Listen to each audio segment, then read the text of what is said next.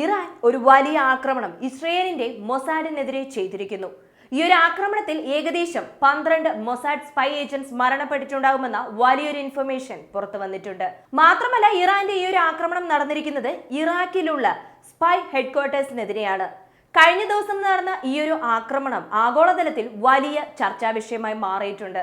ഈ ഒരു റിപ്പോർട്ടിന് പ്രകാരം 12 സ്പൈ ഏജന്റ്സ് മരണപ്പെട്ടിട്ടുണ്ട് എങ്കിൽ തീർച്ചയായും ഇതൊരു എസ്കലേഷനായി മാറുമെന്നതിൽ യാതൊരു സംശയവുമില്ല. ഈ ഒരു ആക്രമണം എങ്ങനെ സംഭവിച്ചു? ഇതിന് ഇറാൻ പറയുന്ന ക്ലെയിം എന്താണ്? എന്തുതരം മിസൈൽ ആയിരിക്കും ഇതിൽ ഉപയോഗിച്ചിട്ടുണ്ടാവുക? ഇങ്ങനെ വിശദമായ വിവരങ്ങളാണ് ഈ ഒരു വീഡിയോയിലൂടെ അറിയാൻ പോകുന്നത്. വീഡിയോയിലേക്ക് പോകുന്നതിന് മുമ്പ് ഇതുവരെ ചാനൽ സബ്സ്ക്രൈബ് ചെയ്യാതെയാണ് കാണുന്നതെങ്കിൽ ചാനൽ ഒന്ന് സബ്സ്ക്രൈബ് ചെയ്യുക. കൂടാതെ വാട്സ്ആപ്പ് ചാനലിന്റെ ലിങ്ക് ഡിസ്ക്രിപ്ഷൻ ബോക്സിൽ കൊടുത്തിട്ടുണ്ട്, മറക്കാതെ ജോയിൻ ചെയ്യുക. വോയിസ് ഓഫ് വിക്കിയിലേക്ക് എല്ലാവർക്കും സ്വാഗതം. ഇറാഖിലുള്ള കുർദിസ്ഥാൻ പ്രവിശ്യയിലാണ് ഇറാൻ ഈ ഒരു ആക്രമണം നടത്തിയിരിക്കുന്നത്. ഏകദേശം 3-ൽ പരം സ്ഥലങ്ങളിൽ ആക്രമണം നടന്നതായും അതിൽ US കൺട്രോളിലുള്ള റീജിയൻസിൽ വളരെ പ്രധാനമായ മൊസാഡ് സ്പൈ ബേസസിലും അതുമാത്രമല്ലാതെ നിരവധി ആന്റി ഇറാനിയൻ ഗ്രൂപ്പ് ടാർഗറ്റും കൃത്യമായി ആക്രമണം നടത്തിയിരിക്കുന്നതായി ഇറാന്റെ റെവല്യൂഷണറി ഗാർഡ്സ് മുഖേന ഇങ്ങനെയൊരു അറിയിപ്പ് പുറത്തു വന്നിരിക്കുന്നു. ഇങ്ങനെയൊരു അറിയിപ്പ് പുറത്തു വന്ന ഉടൻ തന്നെ അമേരിക്ക ഇതിന് റെസ്പോണ്ട് ചെയ്തിട്ടുണ്ട്. യെസ്, ഇറാഖിൽ ഇറാന്റെ ആക്രമണം ഉണ്ടായിരുന്നു, പക്ഷെ ഒന്നും US കൺട്രോൾ ബേസസിലല്ല, എല്ലാം മറ്റു സ്ഥലങ്ങളിലാണ് എന്ന്. പക്ഷെ ഇറാൻ ഇത് മുഴുവനായും നിഷേധിക്കുന്നുണ്ട്. ഒരു പ്രധാനപ്പെട്ട ഇസ്രയേലിന്റെ സ്പൈ ഏജൻസിയുടെ ഹെഡ്ക്വാർട്ടേഴ്സ് ഇറാഖിലെ എർബിൽ ടൗണിനടുത്തുണ്ടായിരുന്നു. അത് പൂർണ്ണമായും ഏകദേശം 6 ഫട്ടെ 110 മിസൈൽ വെച്ച് തകർത്തിരിക്കുന്നു എന്ന വാർത്തയാണ് പുറത്തു വന്നിരിക്കുന്നത്. ഇതിന്റെ വീഡിയോ എവിഡൻസോടുകൂടി തന്നെ ഇറാനിലെ നിരവധി ടെലിഗ്രാം ഗ്രൂപ്പ്സ് ഈ ഒരു വാർത്ത ഷെയർ ചെയ്തുകൊണ്ടിരിക്കുകയാണ്. അതുമാത്രമല്ല, ആക്രമണം നടത്തിയ വിഷ്വൽസ് കാണുമ്പോൾ ഏകദേശം ആ ഹെഡ്ക്വാർട്ടേഴ്സ് മുഴുവനായും തകർന്നിട്ടുണ്ടാകാമെന്നും മേ ബി ഇറാൻ പറഞ്ഞതുപോലെ തന്നെ, അവർ ക്ലെയിം ചെയ്തതുപോലെ തന്നെ 8 മുതൽ 12 സ്പൈ ഏജന്റ്സ് വരെ മരണപ്പെട്ടിട്ടുണ്ടാകുമെന്നും പറയപ്പെടുന്നു. പക്ഷെ ഇതിന് മറുപടിയായി യാതൊരു അറിയിപ്പും യാതൊരു ഇൻഫർമേഷനും ഇസ്രയേലിന്റെ ഭാഗത്തു നിന്നും ഒഫീഷ്യലായി വന്നിട്ടില്ല. ഇസ്രയേൽ മാധ്യമങ്ങൾ പുറത്തുവിടുന്ന വാർത്ത എന്താണെന്ന് വെച്ചാൽ, ഇറാഖിലുള്ള ഇസ്രയേലിന്റെ ഒരു ബേസ്, ഹെഡ്ക്വാർട്ടേഴ്സ് ബേസ് ആക്രമണം നടത്തിയിട്ടുണ്ട്, ഇറാനാണ് ആക്രമണം നടത്തിയിരിക്കുന്നത്, ഇങ്ങനെ ഒരു വാർത്ത ഇറാൻ പുറത്തുവിട്ടുകൊണ്ടിരിക്കുന്നു എന്നാണ്. എന്തുകൊണ്ട് ഇറാൻ ഇപ്പോൾ ഇങ്ങനെ ഒരു ആക്രമണം നടത്തുന്നു എന്ന് ചോദിക്കുകയാണെന്നുണ്ടെങ്കിൽ, കഴിഞ്ഞ മാസം ഇറാന്റെ 3 കമാൻഡേഴ്സിനെ നഷ്ടമായിട്ടുണ്ടായിരുന്നു. അതിലും പ്രധാനമായി സിറിയയിൽ വെച്ച് സയ്യിദ് റസ മൗസാവി എന്ന ഒരു പ്രധാന കമാൻഡറിനെ ഇറാന് നഷ്ടമായിട്ടുണ്ടായിരുന്നു. അതുമാത്രമല്ല, ഖാസിം സുലൈമാനിയുടെ ഓർമ്മദിനമായ ജനുവരി മാസം 3-ാം തീയതിയും ഒരു തീവ്രവാദ ആക്രമണം നടന്നിട്ടുണ്ടായിരുന്നു. അതിൽ 100-ൽ പരം ആളുകൾ മരണപ്പെട്ടിട്ടുണ്ടായിരുന്നു. അതുപോലെ തന്നെ നിരവധി പേർക്ക് തീവ്രമായ പരിക്കേറ്റിട്ടുമുണ്ടായിരുന്നു. അതിനുശേഷം അടുത്തതായി റാസ്ക് റീജിയനിലുള്ള ഒരു പോലീസ് സ്റ്റേഷനിൽ ആക്രമണം നടത്തി 11 പോലീസ് ഉദ്യോഗസ്ഥർ മരണപ്പെട്ടു. ഇതെല്ലാം ഇറാനിൽ ഒരു ആവേശം ഉണ്ടാക്കിയിരുന്നു. ശരിക്കും പറയുകയാണെങ്കിൽ ഒരു നിമിഷം ഇറാൻ ഷോക്കായി നിന്നു എന്ന് പറയാം. കാരണം ഇങ്ങനെ ഒരു ആക്രമണം ഇറാനിൽ വെച്ച് ഈ ഒരു സമയത്ത് നടക്കുമെന്ന് ആരും തന്നെ പ്രതീക്ഷിച്ചിട്ടുണ്ടായിരുന്നില്ല.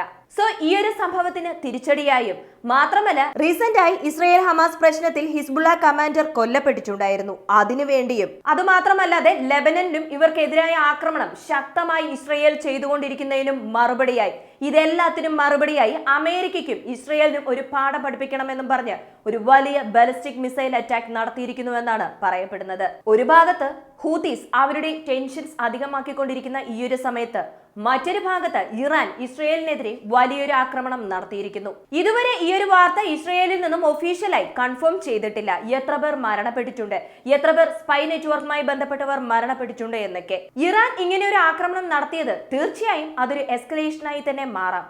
കാരണം ഇസ്രയേൽ അവരുടെ ഒരു സ്പൈ ഏജന്റിനെ കൊന്നാലും അതുപോലെ തന്നെ അവരുടെ ഒരു പൗരനെ കൊന്നാലും അവർ വലിയ രീതിയിൽ റിവെഞ്ച് ചെയ്യും. പക്ഷെ ഇവിടെ ഒരു സ്പൈ ഹെഡ്ക്വാർട്ടേഴ്സിനെ തന്നെ ആക്രമണം നടത്തിയിരിക്കുന്നു എന്ന് പറയുമ്പോൾ ഇറാനെ സംബന്ധിച്ച് അതൊരു പോസിറ്റീവ് വാർത്തയും അതേപോലെ തന്നെ ഇസ്രയേലിനെ സംബന്ധിച്ച് അതൊരു നെഗറ്റീവ് വാർത്തയുമാണ്. മറ്റൊരു ഭാഗത്ത് ഇറാൻ പറയുന്നത് എന്താണെന്ന് വെച്ചാൽ, യമനിൽ ആക്രമണം നടത്തി, ഹൂതീസിനെതിരെ ആക്രമണം നടത്തി ഹൂതീസിന് ഒരു അഡ്വാൻറ്റേജ് ഉണ്ടാക്കി കൊടുത്തിരിക്കുകയാണ് അമേരിക്ക. കാരണം പണ്ടൊക്കെ ഹൂതീസിന്റെ ആക്രമണം എന്ന് പറയുന്നത് ലിമിറ്റഡ് ആയിരുന്നു. എപ്പോൾ മുതലാണോ അമേരിക്ക ഹൂതീസിനെതിരെ വലിയ രീതിയിൽ ആക്രമണം നടത്താൻ ആരംഭിച്ചത്, അമേരിക്ക തന്നെ ഒരു ഗേറ്റ് തുറന്നു കൊടുത്തിരിക്കുകയാണ് ഹൂതീസിന്.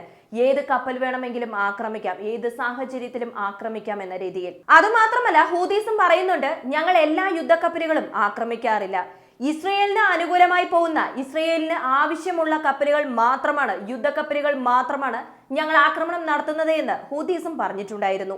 ഇതിന് മറുപടി ജോ ബൈഡൻ തന്നെ പറഞ്ഞിട്ടുണ്ടായിരുന്നു, ഇതിനുമപ്പുറം ഹൂതീസിന്റെ ഈ പ്രവൃത്തിയെ നമുക്ക് മുൻപോട്ട് കൊണ്ടുപോകാൻ പറ്റില്ല. ഹൂതീസ് ഒരു കപ്പലിൽ ആക്രമണം നടത്തിയാൽ അവർക്ക് അതിനുള്ള തിരിച്ചടി ഞങ്ങളുടെ ഭാഗത്തു നിന്നും ഉണ്ടാകും, അതേ രീതിയിൽ തന്നെയെന്ന്. കഴിഞ്ഞ അപ്ഡേറ്റിൽ നമ്മൾ കണ്ടതാണ് അമേരിക്കയുടെ കാർഗോ ഷിപ്പിൽ യമനിലെ ഹൂതീസ് അവരുടെ ആന്റിഷിപ്പ് മിസൈൽ വെച്ച് ഫയർ ചെയ്തിട്ടുണ്ടായിരുന്നു എന്ന്.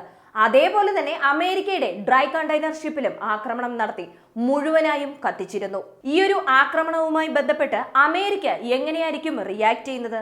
മാത്രമല്ല ഇറാഖിലെ സ്പൈ ഹെഡ്ക്വാർട്ടേഴ്സിൽ ഇറാൻ നടത്തിയ ഈ ഒരു ആക്രമണവുമായി ബന്ധപ്പെട്ട് അമേരിക്കയും ഇസ്രയേലും എങ്ങനെ റിയാക്ട് ചെയ്യും? ഇതാണ് ഇപ്പോൾ ലോകരാജ്യങ്ങൾ ചർച്ച ചെയ്യുന്ന പ്രധാന ചർച്ചാ വിഷയം. ഈ ഒരു വീഡിയോയെക്കുറിച്ചുള്ള നിങ്ങളുടെ അഭിപ്രായം മറക്കാതെ കമന്റായി ചേർക്കുക. വീഡിയോ ഇഷ്ടമാവുകയാണെങ്കിൽ ലൈക്ക് ചെയ്യുക, ഷെയർ ചെയ്യുക, ചാനൽ ഒന്ന് സബ്സ്ക്രൈബ് ചെയ്ത് സപ്പോർട്ട് ചെയ്യുക. വീണ്ടും അടുത്ത വീഡിയോയിൽ കാണാം. നന്ദി, നമസ്കാരം.